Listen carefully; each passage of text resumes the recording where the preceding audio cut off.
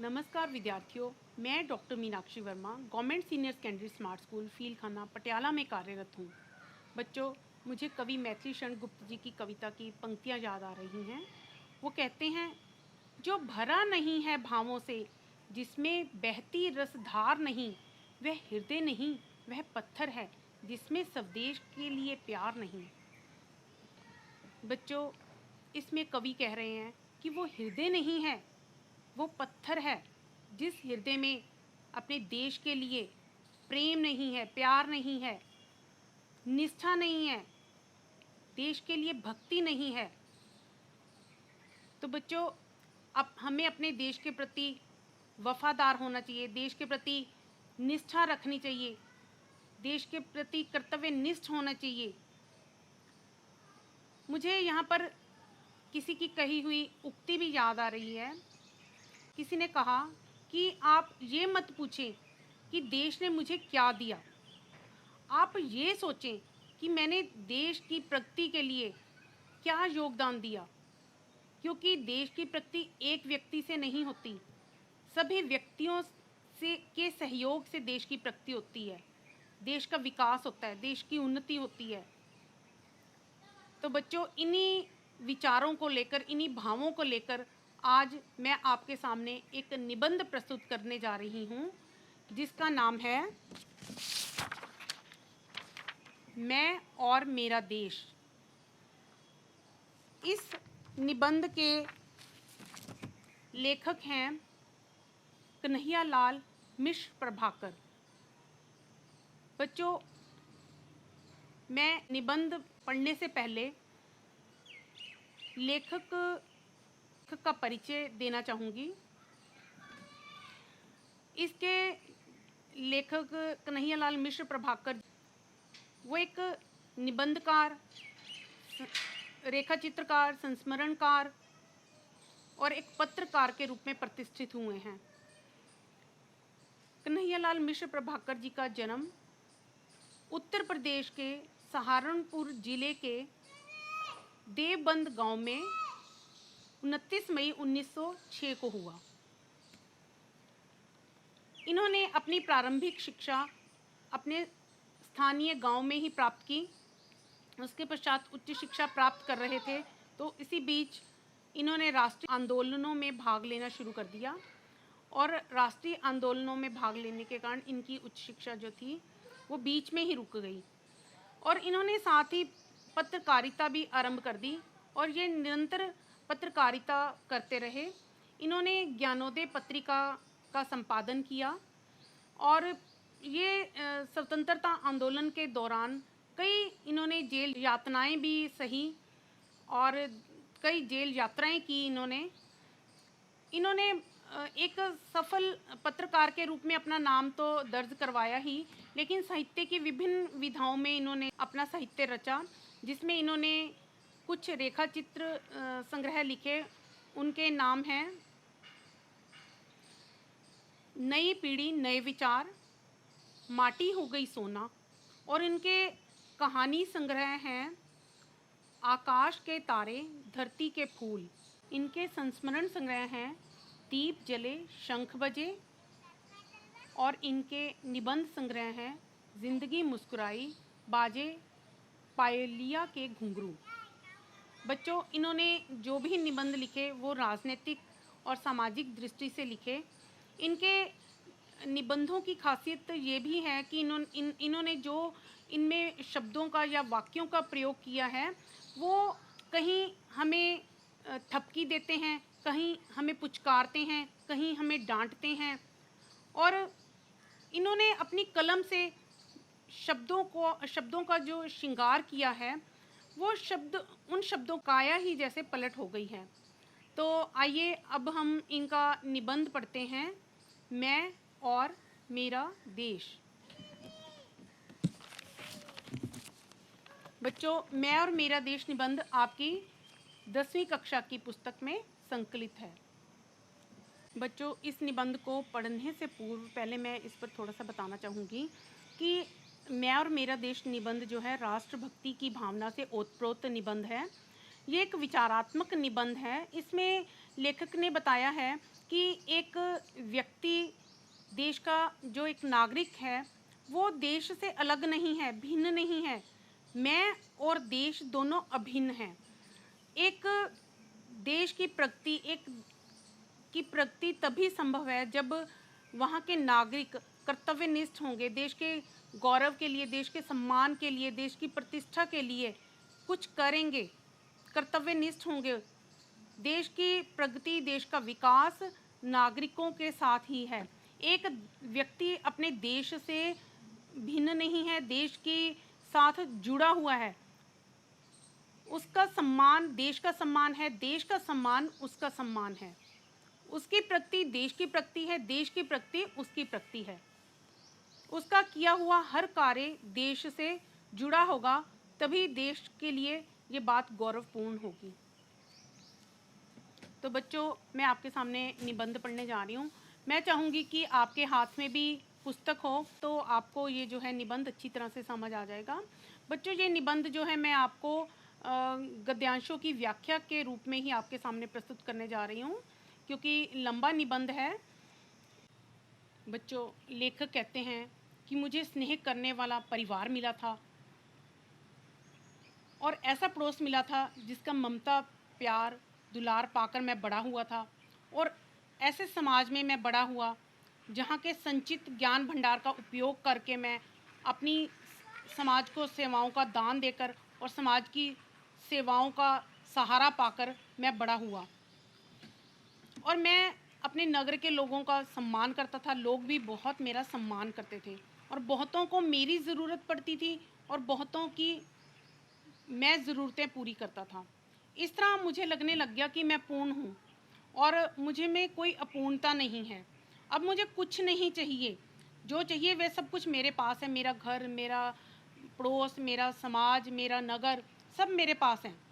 तो लेकिन लेखक जब अपने आप को इस तरह बच्चों पूर्ण समझ रहा था कि अब वह पूर्ण है, उसमें कोई अपूर्णता नहीं है, तो उसी बीच लेखक के इस आनंद में एक दरार सी पड़ गई, आनंद की दीवार में एक दरार सी पड़ गई, और जैसे कोई भूकंप आ गया हो। जी हाँ, एक भूकंप ही आया था। लेखक कहते हैं यह दीवार थी मानसिक विचारों की, मानसिक विश्वासों की। और इसलिए यह भूकंप भी किसी प्रांत या प्रदेश में नहीं उठा था, बल्कि लेखक के मानस में उठा था यह भूकंप। और ये भूकंप बच्चों जानते हो किस तरह का भूकंप था, किसके कारण लेखक के मन में भूकंप आया? ये भूकंप एक तेजस्वी पुरुष के अनुभव के कारण आया। एक तेजस्वी पुरुष के अनुभव ही वह भूकंप था जिसने लेखक को हिला दिया। वो तेजस्वी पुरुष थे पंजाब केसरी लाला लाजपत राय जी। उनका अद्भुत व्यक्तित्व था। वे ओजस्वी वक्ता, प्रखर वक्ता और नेतृत्व करता थे।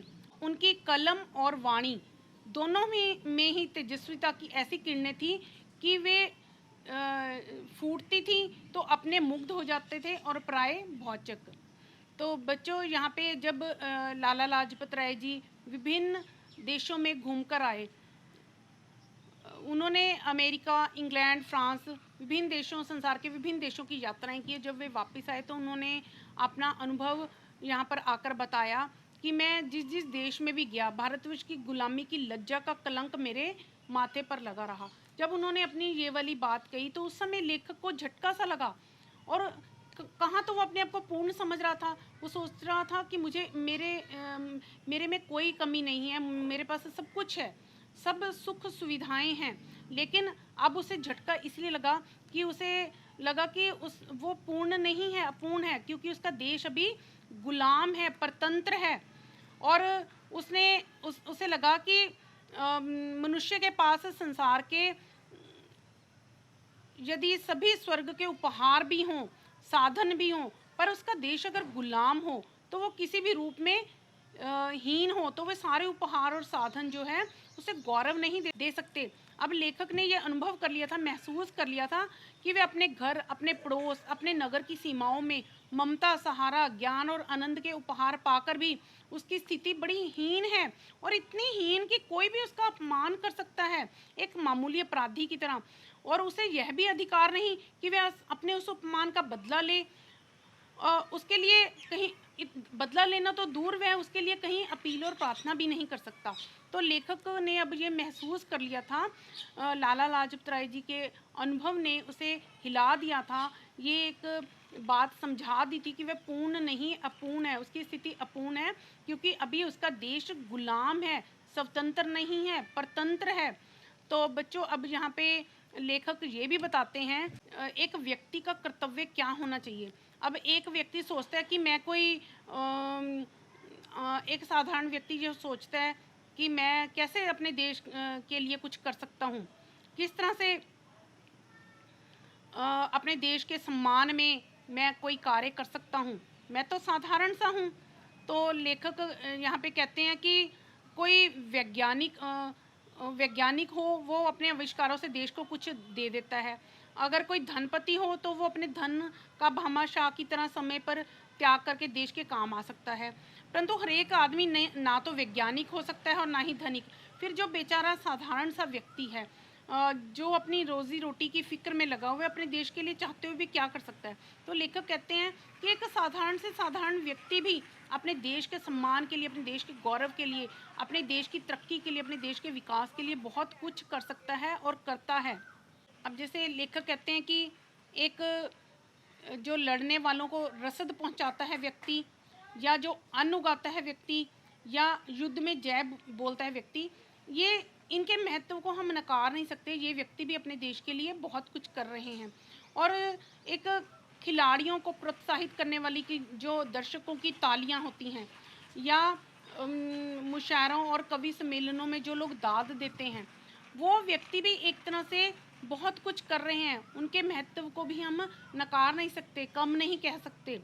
तो हम अपने देश के कितने भी साधारण से साधारण नागरिक क्यों ना हो, लेकिन हम अपने उस साधारणता में भी असाधारण कार्य कर सकते हैं, अपने देश के सम्मान के लिए बहुत कुछ कर सकते हैं।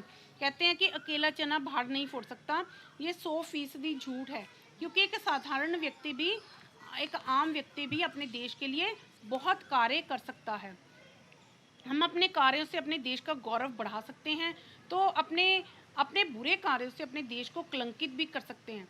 तो लेखक ने यहाँ दो छोटी छोटी घटनाओं के द्वारा अपनी बात को स्पष्ट किया है कि एक बार स्वामी राम तीर्थ जो है जापान में यात्रा कर रहे थे, वो रेल यात्रा कर रहे थे। उस समय उनका आहार, उनका भोजन जो था वो फल होते थे। तो उन्होंने फल वहाँ पे बहुत ज़्यादा तलाश की फलों की, तो उन्हें फल नहीं मिले।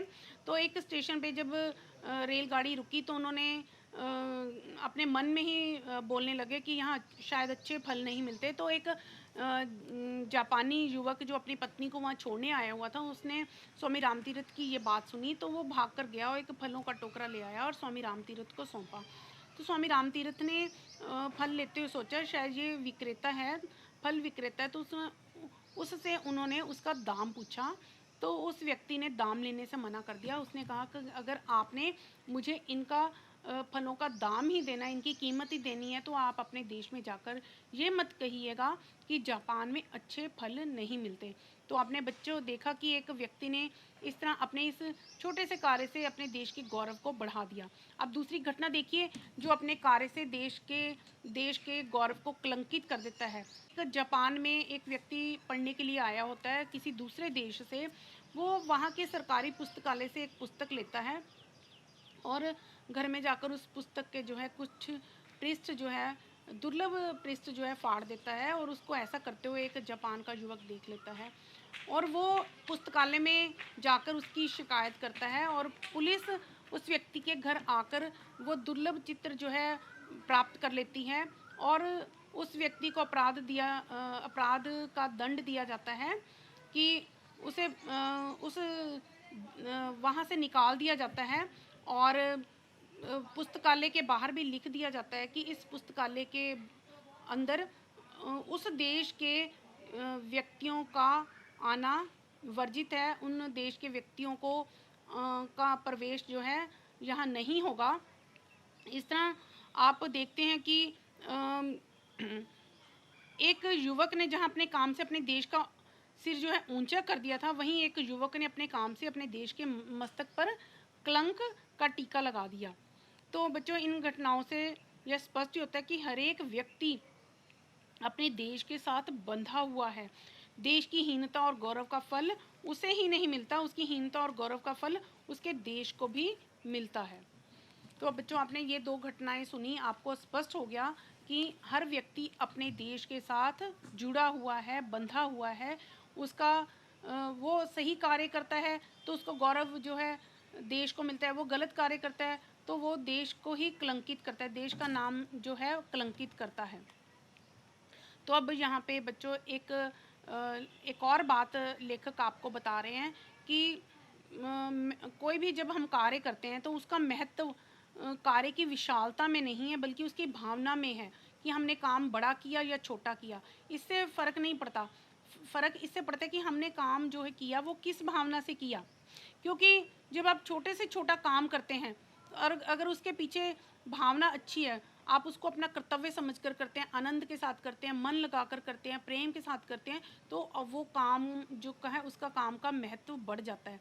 लेकिन वही काम अगर आपने एक छोटे से छोटा जो काम है उसको भी आपने बड़ा बोझ सा समझ लिया और बड़े से बड़ा काम है उसको आपने बोझ समझ लिया और मन मार कर किया, तो उस काम का महत्व जो है कम हो जाता है। तो बड़े से बड़ा काम अगर हम बोझ समझकर करेंगे और मन से नहीं करेंगे तो उसका महत्व जो है कम हो जाएगा, और छोटे से छोटा काम अगर हम बोझ समझकर नहीं, कर्तव्य से करेंगे, मन से करेंगे, प्रेम से करेंगे, आनंद से करेंगे और उसमें भावना से करेंगे तो वो काम जो है बड़ा हो जाएगा, श्रेष्ठ हो जाएगा।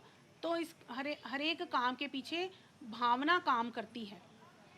तो बच्चों, इसको स्पष्ट करने के लिए यहाँ लेखक ने कुछ घटनाएं, हमें एक दो घटनाएं बताई हैं, घटनाओं के द्वारा अपनी बात को स्पष्ट किया है कि एक बार तुर्की के राष्ट्रपति कमाल पाशा के पास एक बूढ़ा व्यक्ति आता है, क्योंकि उस दिन कमाल पाशा की वर्षगांठ थी, उनका जन्मदिन था, बड़े धूमधाम से मनाया गया था जन्मदिन, बहुत से लोगों ने उन्हें कीमती उपहार दिए थे। अब कमाल पाशा जो है उनकी वर्षगांठ का जो उत्सव था वो ख़त्म हो गया था, अब वो अपना विश्राम करने के लिए चले गए थे, उन्होंने विश्राम करने वाले वस्त्र भी पहन लिए थे। लेकिन एक बूढ़ा देहाती जब उनके पास एक उपहार लेकर आता है तो वो कहता है कि मुझे उनके सेक्रेटरी से कहता है कि मुझे अब उनसे मिलना है, मैं 30 मील से चलकर आ रहा हूँ, इसलिए मुझे देरी हो गई। तो जब उसे मिलने नहीं दिया जाता और कमाल पाशा जी के पास सूचना पहुँचाई जाती है तो वो कहते हैं कि मुझे उस बूढ़े व्यक्ति से मिलना है, और बूढ़े व्यक्ति से जब वो मिलते हैं तो वो उन्हें उपहार में एक छोटी सी हांडी देता है जिसमें एक पाव भर शहद होता है। तो कमाल पाशा जो है उस हंडिया में से 2 उंगलियां भरकर चाटते हैं शहद को, और तीसरी उंगली शहद से भरकर बूढ़े के मुंह में दे देते हैं। बूढ़ा जो है वो निहाल हो जाता है। राष्ट्रपति कहते हैं कि दादा, आज आपने मुझे जो सर्वोत्तम उपहार दिया है, ऐसा उपहार तो मुझे किसी ने भी नहीं दिया, क्योंकि इसमें आपके शुद्ध हृदय का शुद्ध प्यार छिपा हुआ है। आदेश देते हैं कि शाही कार में जो है शाही सम्मान के साथ मेरे दादा को गांव तक पहुंचाया जाए। तो क्या बच्चों, वो शहद इतना कीमती था कि उसकी कीमत अदा करने के लिए उन्होंने उसे शाही कार में शाही सम्मान के साथ जो है भेजा? नहीं, उसमें उसके पीछे शहद कीमती नहीं था, बल्कि शहद के पीछे लाने वाली की जो भावना थी वो बहुत कीमती थी। तो इस तरह एक और घटना है कि एक किसान जो है रंगीन सूतलियों से एक खाट बनाकर हमारे भारत के पहले प्रधानमंत्री पंडित जवाहरलाल नेहरू जी के पास लेके आता है। पहले वो रेल पर रख कर लेके आता है, फिर वहाँ स्टेशन से अपने कंधों पर लाद कर वो जो है प्रधानमंत्री की कोठी पर पहुँचता है।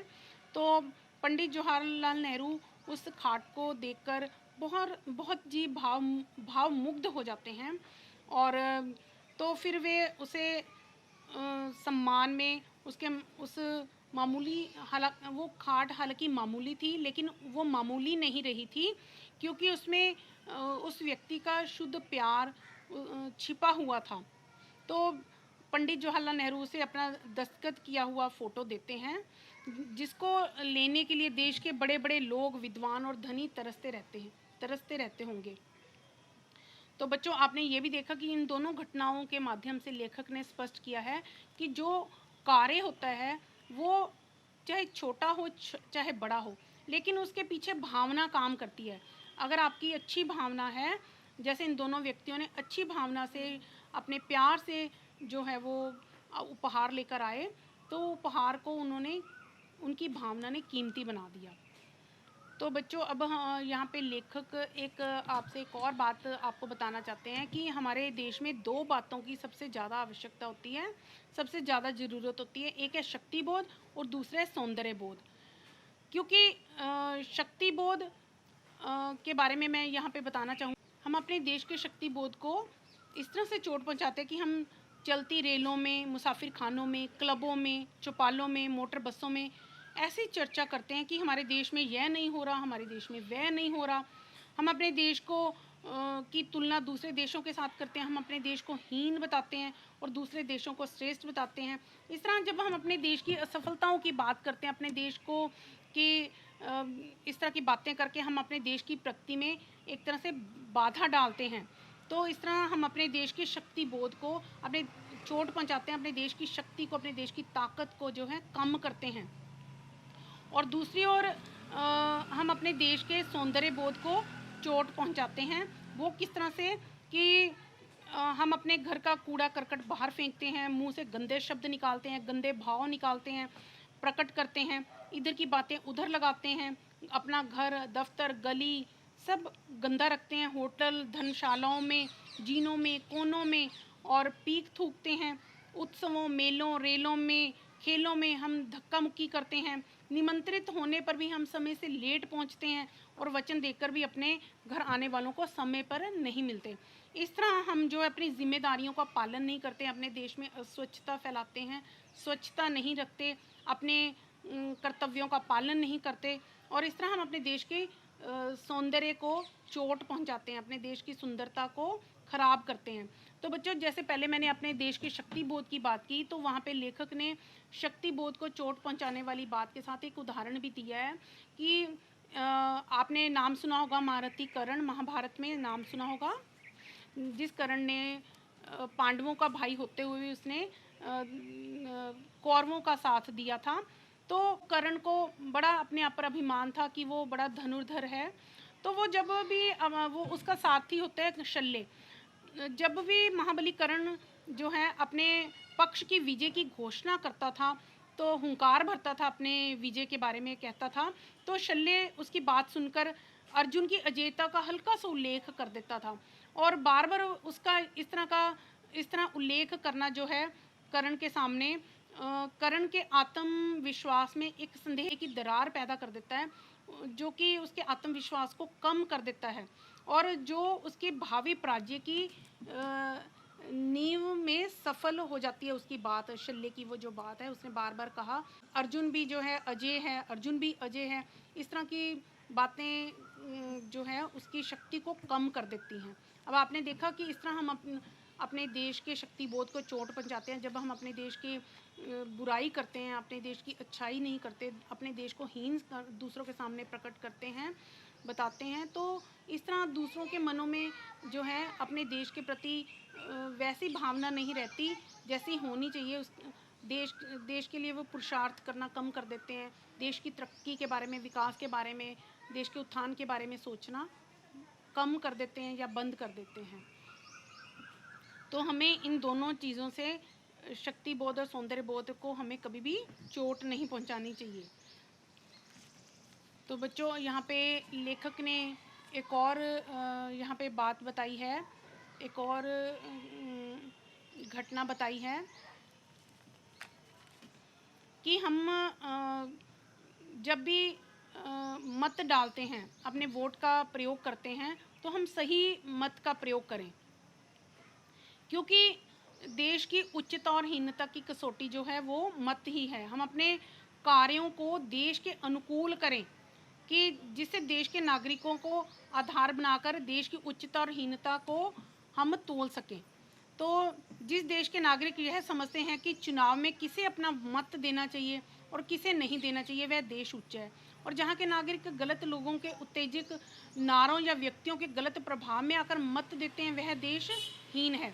देश की महानता मतदाता की जागरूकता पर निर्भर करती है कि मतदाताओं में जागरूकता लाना ही हमारा सबसे पहला कर्तव्य है।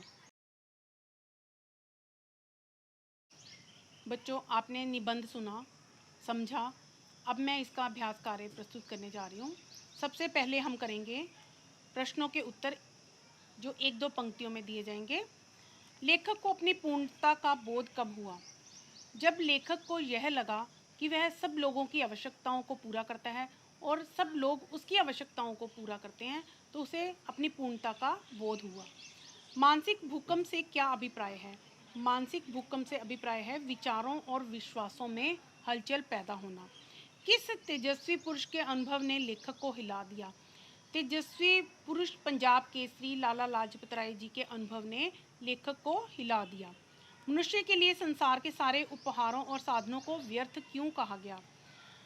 जिसका देश गुलाम हो, किसी दूसरे लोगों के अधीन हो, तो उसके लिए सारे साधन और उपहार जो हैं व्यर्थ हैं।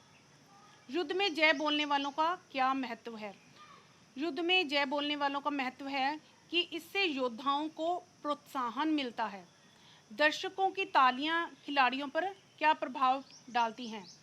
दर्शकों की तालियां जो हैं खिलाड़ियों के पैरों में एक तरह तेजी और स्फूर्ति ला देती हैं और गिरते खिलाड़ियों को जो है बढ़ावा देती हैं, उन्हें आगे बढ़ने के लिए प्रोत्साहित करती हैं।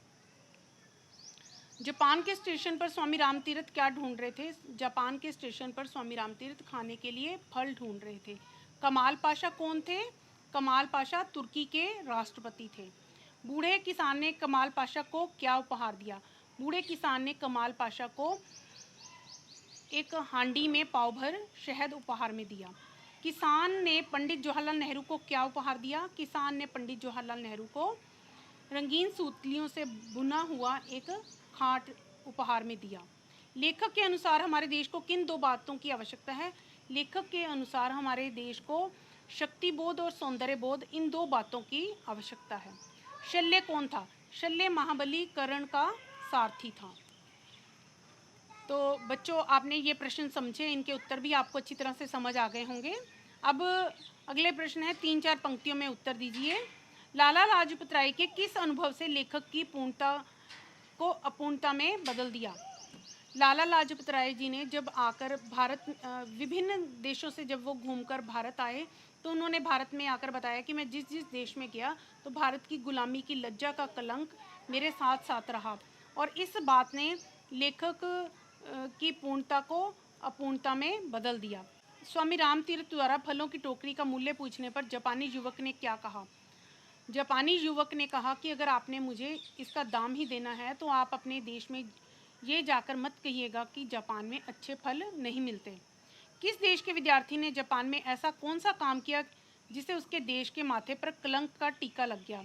किसी देश के विद्यार्थी ने जापान में जाकर वहाँ के पुस्तकालय से पुस्तक लेकर उसके दुर्लभ चित्र जो है फाड़ लिए और अपराध में उसे वहाँ से निकाल तो दिया गया, इस अपराध के दंड स्वरूप उसे वहाँ से निकाल तो दिया गया, साथ ही ये भी उस पुस्तकालय के बाहर लिख दिया गया कि उस देश का कोई भी नागरिक इस पुस्तकालय में प्रवेश नहीं कर सकता। शल्य ने कौन सा महत्वपूर्ण कार्य किया? पाठ के आधार पर लिखिए। शल्य ने हमेशा अर्जुन की अजेयता का उल्लेख किया और उसके बार बार उल्लेख करने पर जो है कर्ण के मन में जो आत्मविश्वास था उसमें दरार आ गई, उसका आत्मविश्वास डगमगा गया, जो उसके पराजय का कारण बना। शक्ति बोध और सौंदर्य बोध से क्या तात्पर्य है? हम अपने देश के शक्ति बोध को किस प्रकार से चोट पहुंचाते हैं? शक्ति बोध और सौंदर्य बोध से क्या तात्पर्य है? शक्ति बोध से अभिप्राय है कि जब हम अपने देश की शक्ति को बढ़ाते हैं, हम अपने देश की श्रेष्ठता के बारे में बात करते हैं, अपने देश की महानता के बारे में बात करते हैं, अपने देश की उच्चता के बारे में बात करते हैं, तो हम अपने देश की शक्ति को, ताकत को बढ़ावा देते हैं। जब हम अपने देश में गंदगी नहीं फैलाते, स्वच्छता लाते हैं, तो हम उससे अभिप्राय है सौंदर्य बोध। बच्चों, आपने प्रश्न उत्तर सुने, आपको समझ आ गए। मुझे पूर्ण विश्वास है कि आपने इस पाठ को बड़े ध्यानपूर्वक सुना होगा, समझा होगा और आपको पूर्णतः ये समझ भी आ गया होगा। और अब आप अपनी कॉपियों में इसका अभ्यास कार्य करेंगे और सुंदर लिखाई में करेंगे। मेरी शुभकामनाएं आपके साथ हैं। धन्यवाद।